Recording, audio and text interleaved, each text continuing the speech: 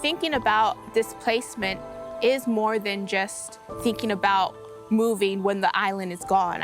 It is about thinking about moving when you can no longer grow crops, when your water has salt in it, when you can no longer take your kids from your village to their school.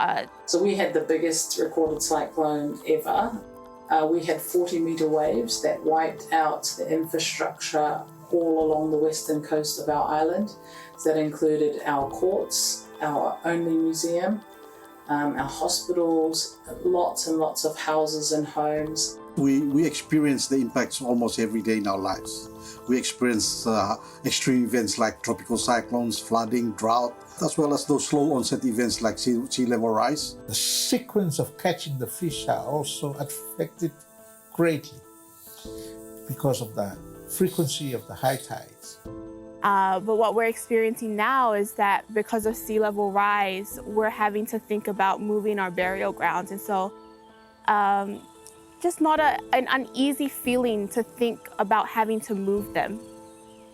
Above all, climate change is a matter of human rights. It goes to absolutely fundamental issues of the right to life, the right to dignity, the right to survive. And climate displacement raises a host of new legal issues.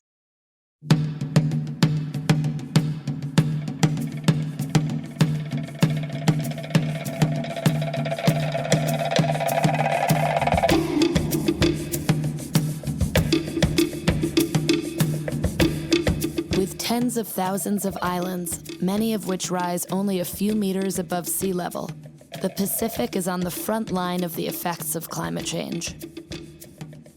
In the Western Pacific, sea level has risen faster than anywhere else in the world, and the coasts of these islands could retreat by more than 40 meters by 2050.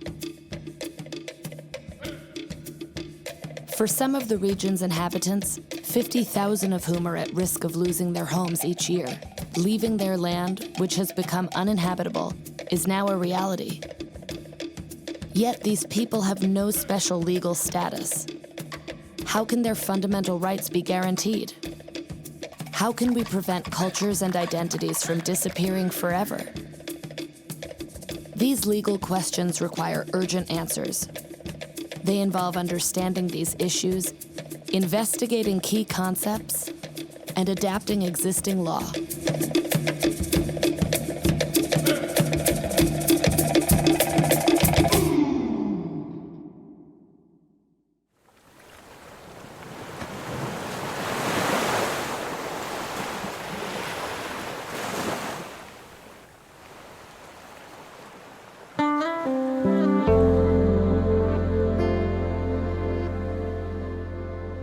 In Oceania, many island states and territories are already experiencing the full impact of climate change.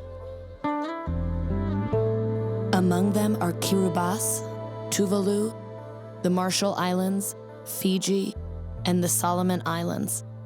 Within these specific states and territories, some island groups are more exposed than others. This is the case of many low-lying islands in French Polynesia, the Loyalty Islands in New Caledonia, or the Carteret Islands in Papua New Guinea. The inhabitants of the Carterets, who were forced to leave their land because of rising water levels, were considered to be the first climate-displaced persons.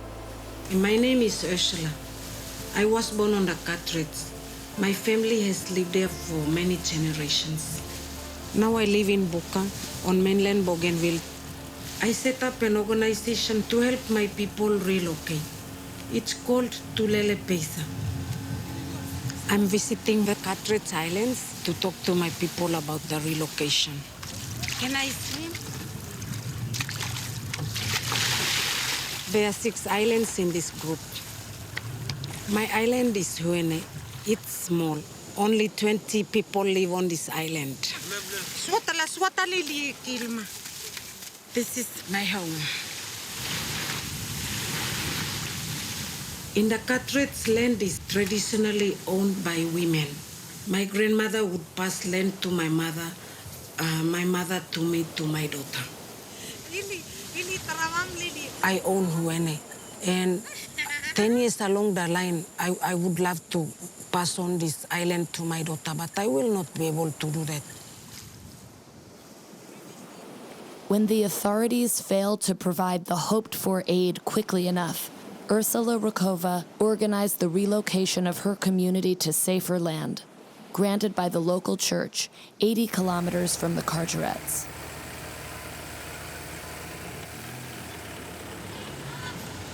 Okay, so this is the Timputs Primary School. We're hoping to support the school by building 4 classrooms, 2 teachers' houses, 1 student hall and library.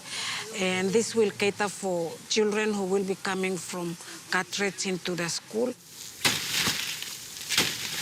We have managed to secure 81 hectares in Timputs for 5 families to come in and resettle. So the homes will be established over on that side. Once individuals or communities leave, the concerns about landlessness, about homelessness, food insecurity, access to healthcare, all of these critical elements of one's livelihood are up in the air. Once you enter a new community or country, there are additional concerns with respect to, again, accessing services, if you have any chronic health problems or acute health problems, if you need education for your children, access to land and property. Right to property, right to education, right to health. Many legal issues are at stake for those who are forced to leave their home village, even if they remain within their state. The issues are all the more complex because in many parts of Oceania, the entire social structure, including family names and the rights they confer, are linked to the land of origin. And so in Samoa and in many islands in the Pacific, we have a chiefly system. And so each village has a chief or the matai, the person who makes the decisions in the family and who leads the family and leads the village. And so, for instance, in Samoa, we have different matais, different chiefs that belong to each village.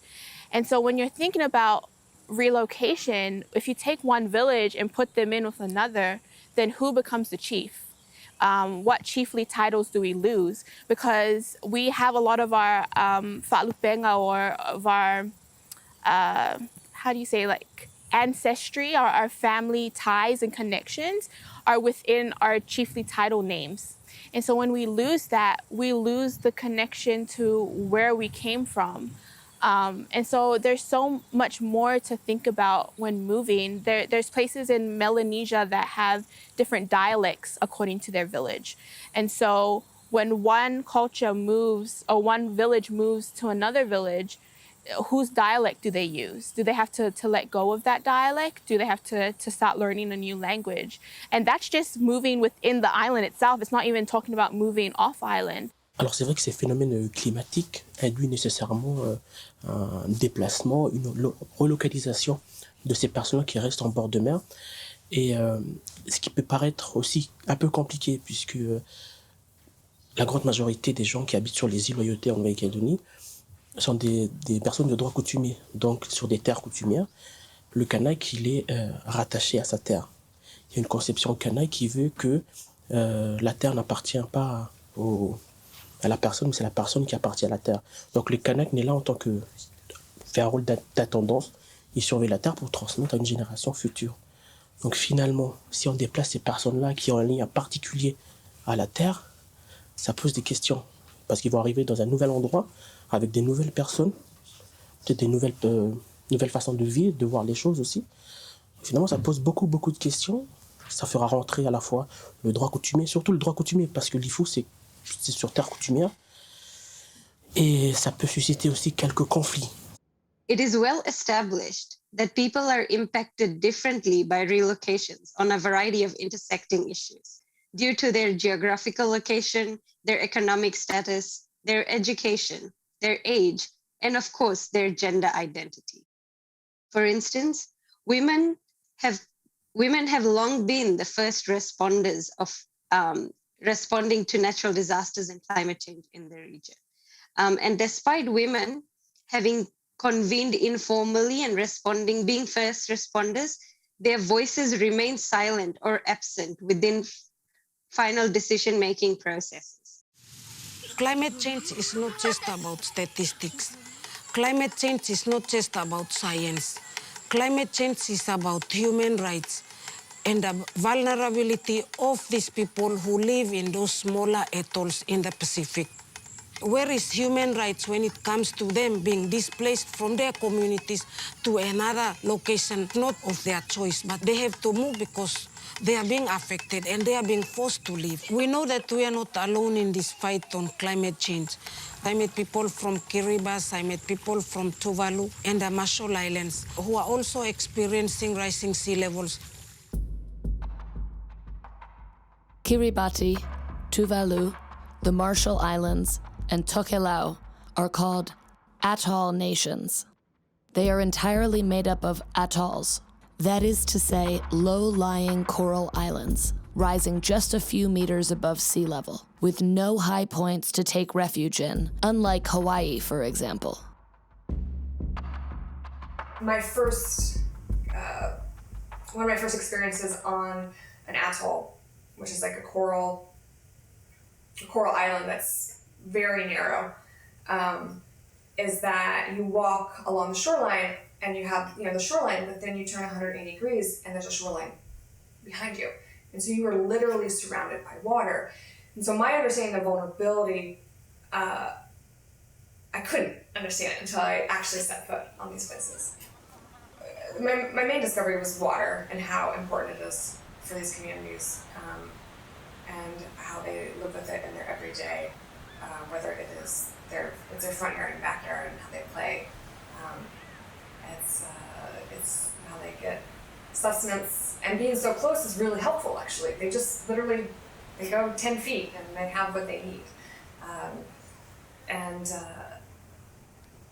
The idea that countries are polluting carbon emissions to turn that water into a threat for these communities there's so much injustice in that.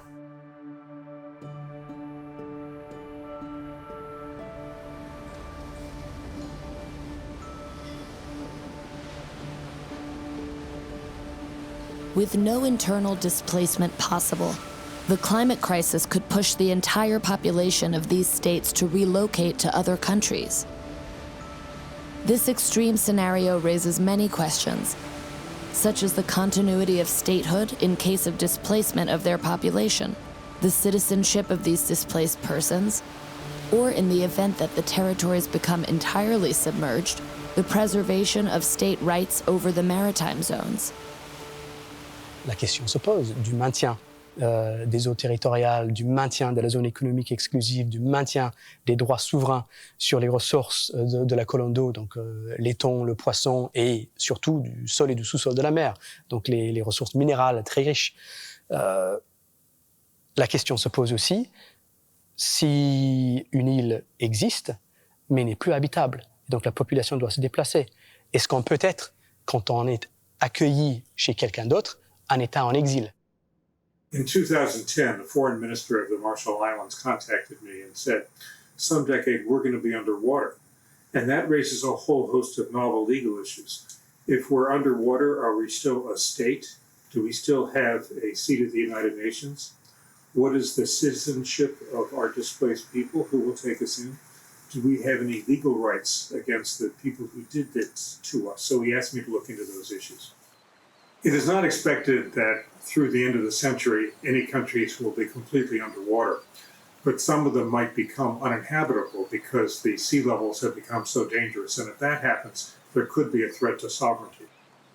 No state has ever ceased to exist physically. States have ceased to exist because of military action or other political steps, but no state has ever ceased to exist physically. And so this raises entirely novel legal questions about sovereignty and the continuation of statehood. The people who are displaced by that state may continue to have some kind of legal existence as a quasi-state, even in a location different from their home territory. And there would then be a lot of vague legal issues about what their rights are, whether they have political and economic rights. A legal existence that would be preserved even in the event of forced displacement of the population. This is also the wish of the former president of Kiribati, Anote Tong. And what I'd like to see my grandchildren be able to do is wherever they go, wherever they are, they will always have this place to come to. There may be somewhere else, but they need to know that this was the land of my grandfather, okay? And his grandfather and mother. Because, you know, to lose that would constitute a certain loss of identity. You know, home is home. There is nothing like home. It's special. We have people who have gone, lived abroad, but they've come back. I came to New Zealand almost 30 years ago, and I returned to Tuvalu more recently in 2019. There are so many obvious changes. So many things have been damaged by the sea. That is why my hope and dream is for those of you who have the power to make a change. Please look at my people. Look at my people with love. We just don't have the land to handle these climate change events. There is nowhere we can hold on to. We have no mountains. That is my dream.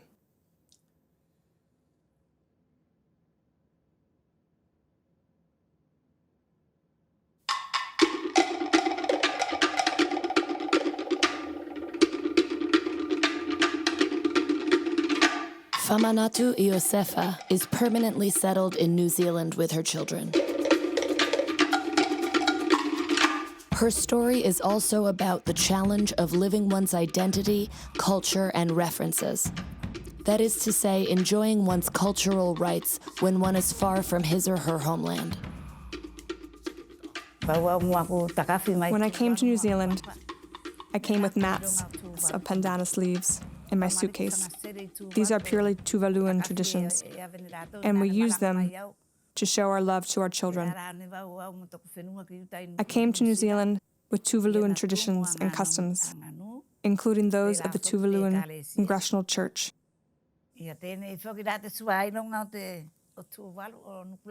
Another tradition that I'm wearing right now is the tau, also made of pandanus leaves. In Nuku'ulai'lai, you can distinguish them because they have tiale flowers. Now that I live in New Zealand, many Tuvaluans know that I have many grandchildren. They would recognize them because they carry on our tradition of dancing, Paotele. You may especially recognize them because of their performance on New Zealand national TV. Their group is called Manene Dance Group. It's so hard to think about how culture can survive past having no land to survive on. For Samoan culture, a lot of it, if not most of it, is rooted in the land. And so our language comes from words that are connected to land. Siva Samoa, which is our traditional dance, is movements that mimic the way the land moves. Our food comes straight from, you know, what we have been able to do with the resources we have on the land. And so thinking about how our culture can survive if we were to move, I can't even imagine that, because then you even have to put into account the factors in the new place we move to, right? Assimilation is such a struggle for a lot of Pacific Islanders, when it's a fact that when parents move from the islands to New Zealand, they teach their kids English because they want to make it easier for them to have a life here. And so I don't know what our language would look like if we didn't have an island to root it on. And I don't know what that culture would be able to look like past that type of future. C'est pas seulement la relocalisation, mais c'est aussi, par exemple, sur le mode de fonctionnement des gens sur les îles. Parce que le monde, par exemple, un exemple, le monde occidental, c'est le temps, c'est linéaire. Chez les Kanaks, c'est cyclique, c'est-à-dire c'est basé sur le cycle de l'Igname. Le dérèglement climatique vient dérégler aussi ces modes de vie-là. Donc finalement, ce n'est pas que sur la relocalisation des personnes, mais c'est aussi sur le mode de fonctionnement et la vision des choses, la vision des Kanaks sur leur monde. Des États comme Fidji, par exemple, depuis 2014, ont travaillé activement sur le déplacement d'un certain nombre de villages pour tenir compte des effets du changement climatique. La CPS y a contribué pour travailler avec le gouvernement fidjien et les populations concernées sur ce que ça voulait dire de quitter un lieu qui était leur lieu de culture, de vie, d'identité, et d'aller sur un autre lieu. Comment préserver son identité culturelle alors que ce groupe est accueilli par un autre groupe culturel avec d'autres repères, avec d'autres légendes, avec d'autres mythes, avec un autre lien à la terre.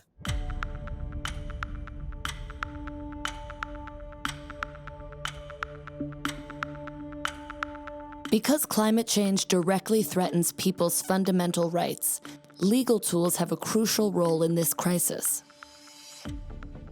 However, existing legal instruments, drafted at a time when the effects of climate change were not identified, only indirectly address these many challenges. We have in place a number of instrument treaties and like the international covenants, one on civil and political rights, the other one on economic, social, and cultural rights.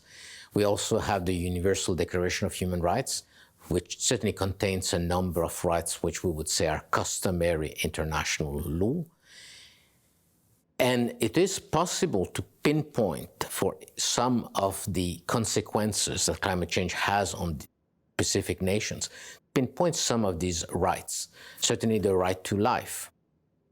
You could talk about some of the rights that you have under the economic and social and cultural rights. The only problem, I think, is really the imminence of the threat. I mean, I think what we're seeing with respect to climate-induced migration is an issue that cuts across a number of areas of the law. And because of that, there are a number of people that might address it, but also a number that might suggest that someone else should address it. It cuts across international law, domestic laws, subnational laws, a hybrid of the two. We know that humanitarian law, human rights law, refugee law, domestic concerns around national security, property, these are all areas that might own this issue. And of course, the emerging climate law. And we are finding, I think, the absence of a directed space to carry that because there's so many areas that could carry it. Among the multitude of tools available, there is another text, the Geneva Convention. Drafted in the aftermath of the Second World War and signed in 1951, it is the main international legal instrument dealing with the rights of refugees. But are the criteria defining refugees in this text applicable to people fleeing the consequences of climate change? Alors la Convention de Genève vient définir ce qu'est un réfugié. Est un réfugié la personne qui craint avec raison d'être persécutée pour un certain nombre de motifs et qui se trouve en dehors de son pays d'origine et qui ne peut pas obtenir la protection de son état d'origine, de son état de nationalité ou de résidence habituelle. Aujourd'hui, on considère généralement qu'il y a en réalité 4 motifs: motif ethnique, motif religieux, motif politique et motif d'appartenance à un certain groupe social. Elle ne concerne pas, elle n'évoque pas les réfugiés climatiques, qui est d'ailleurs en conséquence un terme juridiquement impropre, tout simplement parce qu'elle a été adoptée dans un contexte où cette question ne se posait pas. La question de la révision de la Convention de Genève est une question délicate. Faudrait-il étendre la Convention aux déplacés environnementaux ? La question est délicate parce que cette convention a le grand mérite d'exister depuis 1951. Et par conséquent, toucher à cette convention, c'est aussi prendre le risque d'une renégociation qui pourrait aboutir à des changements dans le sens d'une moindre protection des réfugiés. I certainly don't think that there is any appetite for a protocol, an amendment to the, or simple amendment to the convention. So what we need to do, I think, is really to look first and foremost with the instruments we have, and probably in some cases maybe indirectly, and then look to the future with some emerging duties or responsibilities. But I would say that in terms of the current instruments, I think it doesn't do justice to refugees or to environmental migrants to be considered under the same umbrella, the refugee status. This is a no-win situation.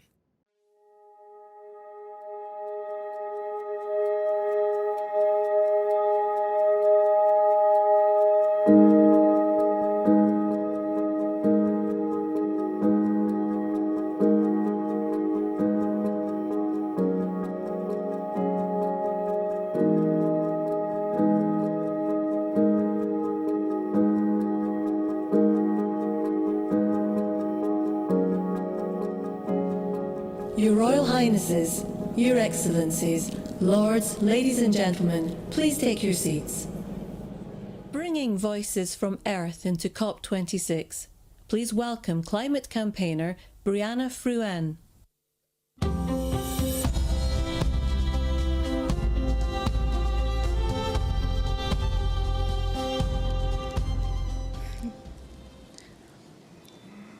When I was a little girl, I was taught the importance and impact of words. Migration is the primary human consequence of climate change. It directly affects people's lives, their most fundamental rights, their identity. Why then have we not put this issue at the heart of international negotiations? And to follow it up with long overdue action.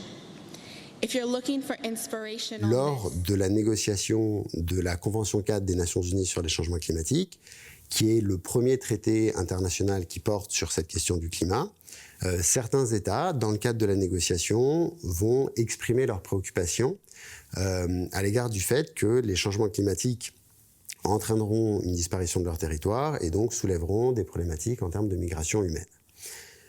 En revanche, même si cette question-là a été abordée dans les négociations, en 1990, lorsqu'on négocie la Convention cadre des Nations Unies sur les changements climatiques, l'attention des États va essentiellement se porter sur la problématique de la réduction des émissions de gaz à effet de serre. Alors cette question des déplacements de population, elle commence à être évoquée dans les négociations sur le climat à partir de 2010, qui est la conférence des Nations Unies sur le climat de Cancun, qu'on appelle également la COP16, la 16e conférence des parties à la Convention. Et à la COP21, il y a un tournant important qui va s'opérer, puisque lors de cette conférence, les États décident de mettre en place un groupe de travail qui va être chargé d'élaborer des recommandations sur cette question des déplacements de population causés par les changements climatiques. Sauf que ce sont des recommandations qui font simplement inviter les États à étudier la possibilité d'intégrer dans leurs lois et leurs politiques cette question des migrations climatiques. Paris resulted from 10 years of negotiations, of climate negotiations, and the fundamental task of those 10 years was to institute a new climate regime which would last for decades and would be substituting for or taking over from the Kyoto Protocol, which was not adequate to deal with the problem of climate change. So in 10 years, Paris has achieved, I think it has achieved a new regime. What we try to do is to keep the global temperature increase above pre-industrial levels to well below 2 degrees, even towards 1.5 degrees. Second important theme is adaptation, which is how countries adapt and react to the effects of climate change, which they can't avoid. And then the third component very important for developing countries, poor, vulnerable countries, and Pacific countries is finance, which means the means by which countries can help those countries adapt to the effects of climate change and also to make the transition to low carbon. I have to say that in all this negotiation, the role or the place given to questions of migration, climate refugees, etc., has been rather limited and even peripheral. I think understandably when you see the magnitude and the political difficulty of that task of, as I said, creating effectively a new or a more developed climate regime, a more resilient climate regime internationally. Parler du problème des migrations climatiques dans ce forum de négociation amènera nécessairement à parler de la question de la responsabilité des États dans les causes de ces migrations-là, qui sont les changements climatiques. Et on sait très bien que discuter de la responsabilité des États dans l'origine du problème des changements climatiques, c'est une question qui est extrêmement controversée dans les négociations sur le climat, et que donc ce problème de responsabilité historique dans l'origine du climat pourrait devenir un facteur bloquant dans l'avancement des discussions sur les migrations climatiques. In this context, judicial interpretation, as in the meaning that judges or experts from certain committees give to the applicable legal provisions, plays a decisive role in adapting existing law to these new challenges. The Teitiata decision, issued on October 24, 2019, by the United Nations Human Rights Committee, has become emblematic of this evolution and marked a turning point. Over the last decade or so, in fact, perhaps even longer now, there have been a number of cases brought before Australian and New Zealand decision makers by people claiming that they shouldn't be sent back to Pacific Island countries because of the impacts of disasters and climate change. There was a case taken there against New Zealand by Mr. Tesiota from Kiribati. In the Tesiota case, Mr. Tesiota applied for refugee status in Aotearoa, New Zealand. And his application was unsuccessful, and he appealed that decision to the Immigration and Refugee Protection Tribunal. He was unsuccessful there, and so he appealed to the New Zealand High Court, the Court of Appeal, and the New Zealand Supreme Court. And at each turn, he was unsuccessful. And so then he appealed the decision to the United Nations Human Rights Committee, on the basis that his deportation to Kiribati would breach his right to life that is protected under the Covenant on Civil and Political Rights. He was ultimately, I guess, unsuccessful in that although the Human Rights Committee recognized that climate change does impact on the right to life, and that's why that comment or the opinion of the committee was really important. It was the first time, or one of the first times, it acknowledged the interrelationship between climate change and the right to life. But there are some limits to the committee's findings, because the committee went back and looked at what was happening in Kiribati and said, although yes, there were implications for Mr. Tesiota's right to life, but they said that in Mr. Tesiota's case, that threat wasn't imminent.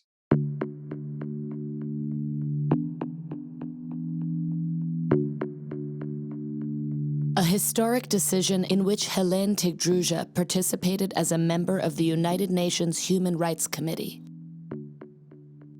Jusqu'à présent, le Comité des droits de l'homme n'avait pratiquement pas traité de questions liées à ce qui n'entre pas strictement dans son mandat, c'est-à-dire de questions liées à un droit environnemental.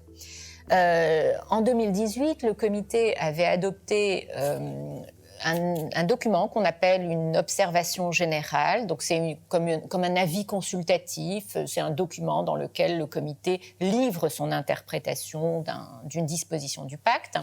Et dans cette observation générale numéro 36, le comité livrait son interprétation du droit à la vie et il avait réservé, mais dans des termes très généraux, il avait réservé l'idée que l'État a des obligations au titre du droit à la vie lorsque pèsent sur sa population des menaces liées à l'environnement. Et donc, le comité n'avait pas développé davantage ces menaces liées à l'environnement. La décision Tetiota rendue l'année suivante a cette importance de préciser quelles sont les obligations des États en cas d'éloignement du territoire lorsque justement pèse sur la personne qui va être éloignée une menace liée au changement climatique. Les insuffisances de la décision, et je crois qu'il ne faut pas les taire, ça n'est qu'une première décision, et ça n'est qu'une première décision qui ouvre, je l'espère, la voie à la jurisprudence internationale et à l'évolution de la jurisprudence internationale sur cette question. Les insuffisances me semblent, j'irais peut-être de deux ordres. La première insuffisance, évidemment, est liée au test que le Comité des droits de l'homme applique. C'est-à-dire que pour empêcher une expulsion, le degré de risque qu'il faut démontrer est un degré extrêmement élevé.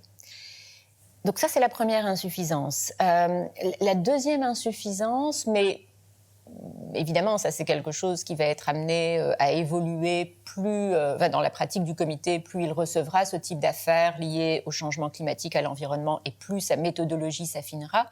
Mais la deuxième insuffisance est peut-être liée au fait que le comité des droits de l'homme, pour l'instant, n'a pas une connaissance suffisamment fine ou suffisamment précise de ce que peuvent être les difficultés de personnes qui sont confrontées au changement climatique et en conséquence quelles devraient être les obligations des États de lutter contre le changement climatique, y compris en négociant, y compris en discutant avec les autres États.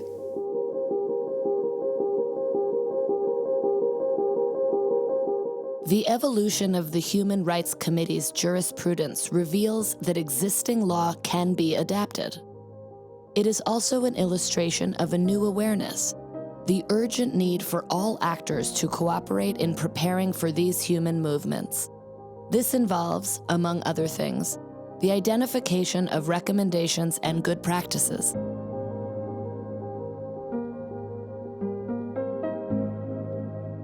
Such non-binding measures are far from perfect, but they nevertheless have the merit of contributing to better anticipation of climate displacement.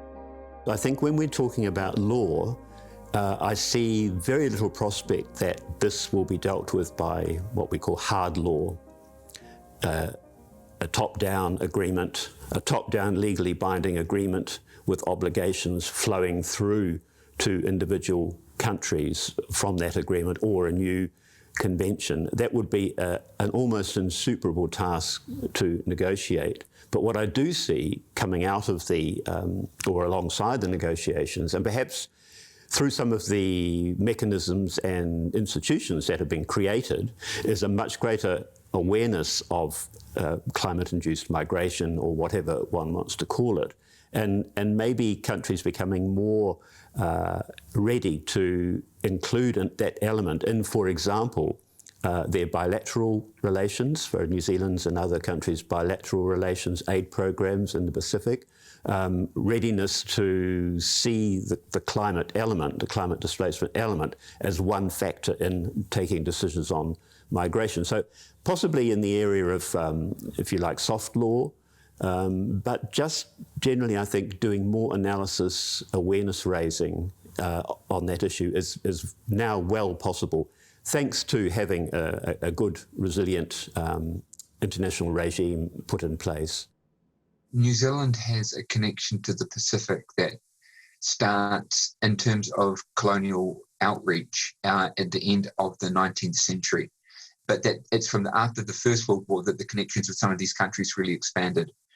The expansion deepened in terms of immigration from the 1950s onwards, when New Zealand needed the labour from these places. And so it's a pragmatic relationship, and it's one with not a great start in the imperial section. And what you've got today, when people look at the Pacific Island relationship with New Zealand, is a long-standing legacy. And so when someone comes in and says, let's talk about climate, you need to see it in the context of a much larger relationship that goes back over 100 years. New Zealand has a moral responsibility to help the Pacific. And we've got the Pacific Reset project that came out under the last Ardern and coalition government, and whereby we're trying to put much more emphasis on the Pacific and hopefully more humanitarian assistance and aid. And as part of this project, we should be expanding that to look at the ability to help these people more with climate-related disasters.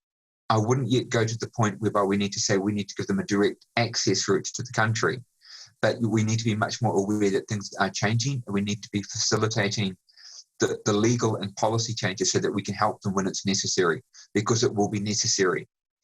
When I began my research on climate change and displacement back in 2007, it was quite a novel topic, and I don't think that a lot of governments or policymakers were really paying a lot of attention to it at all.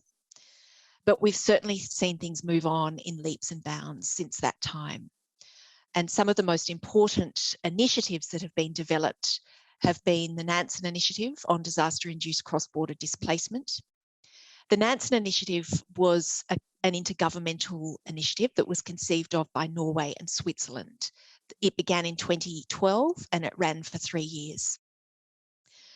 Despite being an intergovernmental initiative, it really sought to involve affected communities, experts, international organisations, civil society groups, faith-based groups, a range of stakeholders across the world through a series of regional and sub-regional consultations. And the information that was gathered in that process resulted in what's known as the Agenda for Protection, which essentially sets out a toolkit for governments in terms of how they need to act to address this issue. 109 governments endorsed this roadmap for action, and I think it's really important to recognise that. Essentially, the toolkit response says we need to be looking at a whole host of areas, from mitigation to adaptation to disaster risk reduction, to finding protection for people who are displaced, whether internally or across international borders, and for finding or creating pathways for migration and mobility. The Nansen Initiative has now become the platform on disaster displacement. This initiative has recently contributed to the development of concrete recommendations for addressing climate displacement in Fiji in the form of relocation processes that respect human rights, including those of the most vulnerable. The plan also includes a specific fund to support resettlement. Addressing human movement within the law is complex, but not impossible. In the Pacific region, the diversity of links between different territories allows for multiple international migration options, although displacement is always a measure of last resort. The other big challenge or consideration is some countries in the region are able to move easier than others. I think many of the northern states have a compact arrangement with the United States. For example, Niueans and Cook Islanders have New Zealand passports. So there's an alternative. If you migrate, you have an option at least to be welcomed into another country, New Zealand, and you're provided the support systems that citizens of that country would have. So they too have a level of security as an alternative to move to another country and have been provided some level of support as a citizen or a welcomed migrant. But many of the countries in the region don't have that same level of security. But fundamentally, no islander wants to have to leave their place of birth and their inherent birthrights of their children, because we are all culturally very, very much tied to that land. I think the best that we can do to help countries is to get the facts right, not to overinflate issues that we don't know yet, but to provide as much of the certain information that we have to governments and communities so they can make informed decisions, so they can discuss the options that are most suitable for their particular people, their particular culture, and their partners. La migration n'est pas une manière de préserver les droits. Préserver les droits des migrants est en fait un constat d'échec, parce qu'on n'a pas permis à ces personnes de pouvoir vivre bien et de manière épanouie chez eux. Faute d'atténuation, faute d'adaptation suffisante, et donc faute, en somme, d'inaction de la part de tous ceux qui contribuent pour 99,9% aux effets subis par les pays de la zone. Et c'est ce que l'on voit dans énormément de contentieux du changement climatique en ce moment.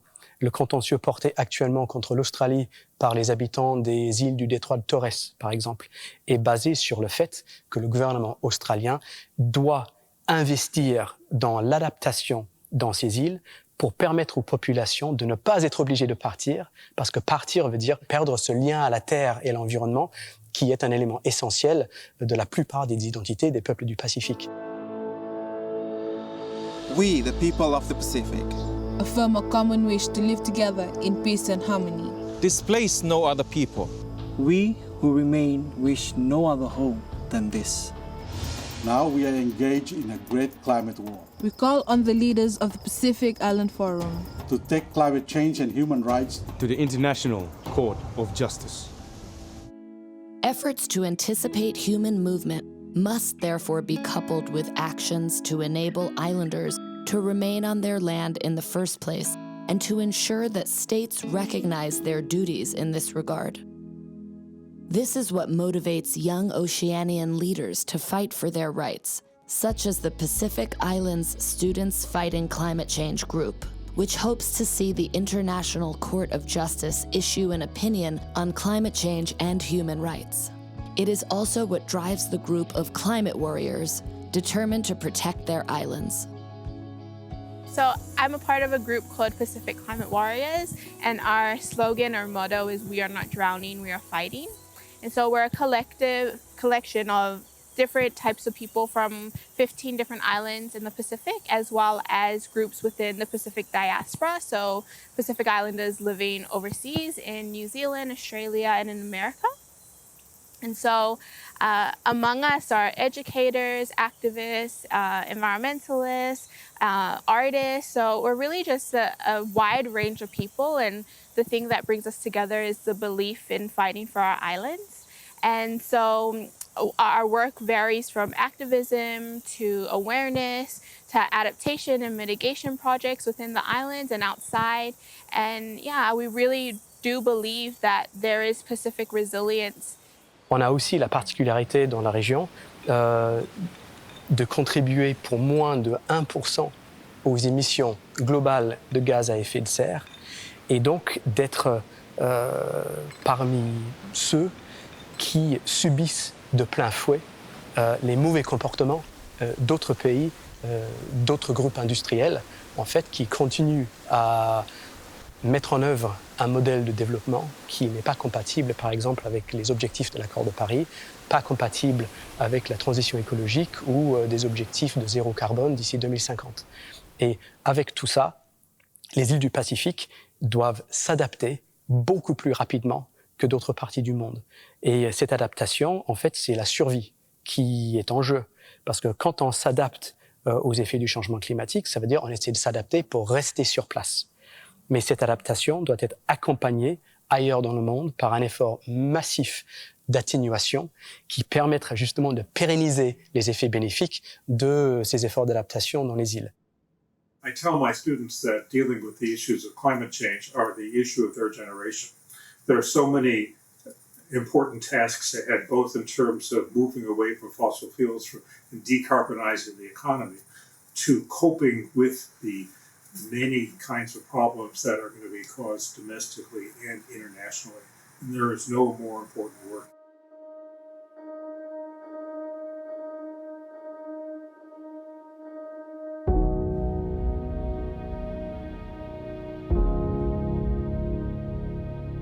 The people of the Pacific have been among the first to experience the impacts of climate change.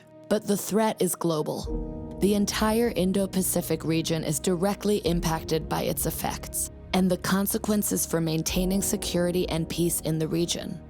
The law must adapt to the challenges of this century in order to serve humans and the environment. The imagination of lawyers, while it cannot do everything, needs to be mobilized more than ever in this collective effort. You all have the power here today to be better. To remember that in your meeting rooms and drafting documents are more than just black and white objects. To remember that in your words, you wield the weapons that can save us or sell us out.